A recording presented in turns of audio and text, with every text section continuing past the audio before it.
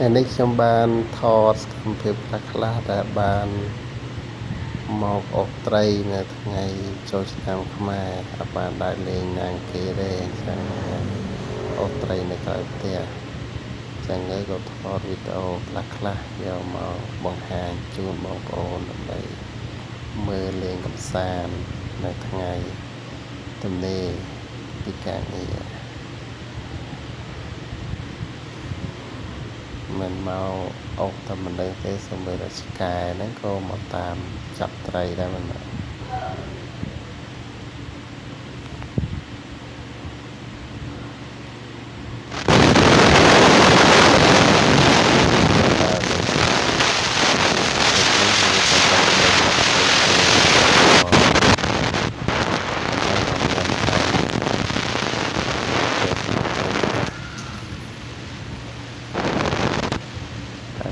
ច្រើន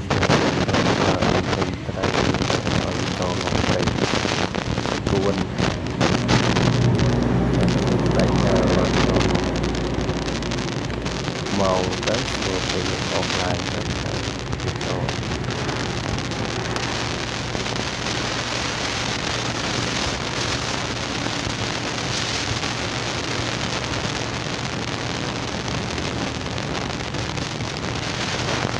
អត់ទៅដល់តែគាត់ទៅតាមរោដច្រើនដែរប៉ុន្តែពីតាម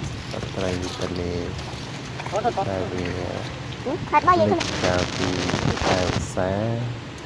ហ៍ត្រីទន្លេចូលត្រីទន្លេវាខុសពីត្រីស្រែយើងថាត្រីទន្លេដល់ឡើងផុតទឹកតាមស្តុកគឺត្រីហ្នឹងវាងាប់ហើយវាស្ងល់ដល់ត្រីស្រែយើង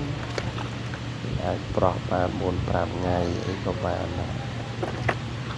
តែត្រីទន្លេគឺអត់អាចប្រោះបានយូរទេហើយបានតាម1 ម៉ោង 2 ម៉ោងគឺថាដាច់ខ្យល់ងាប់ហើយឡើងផុតទឹកហ្នឹងគឺចាប់ដើមងាប់បដាបដាហើយឃើញត្រីគឺថាសប្បាយចិត្តដែរចង់មិនចាប់ត្រីវិញទឹកលើខាងឡើងដល់បងប្អូនចង់ចាប់ត្រីដូចខ្ញុំដែរខ្ញុំចង់ចាប់តែខ្វាយកនេះគឺយើងលើកទឹកឯងសត្វត្រីចាំគឺត្រីនេះ